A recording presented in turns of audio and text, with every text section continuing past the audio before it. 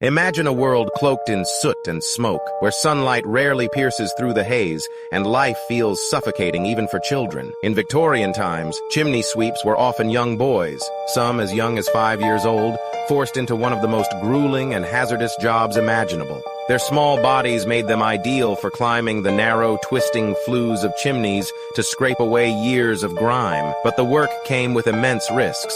These children faced suffocating clouds of coal dust, suffused with toxins that choked their lungs, and injuries were commonplace.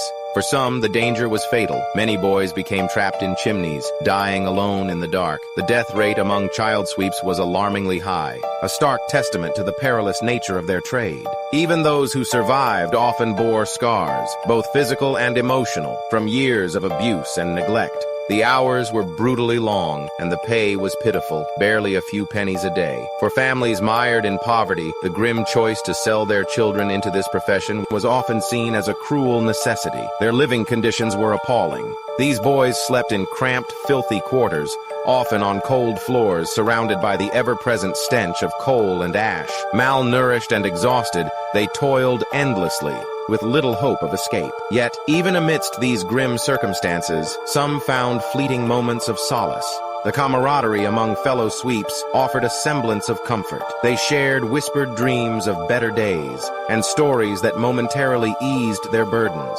Eventually, the plight of these children stirred outrage among reformers who pushed for legislative change.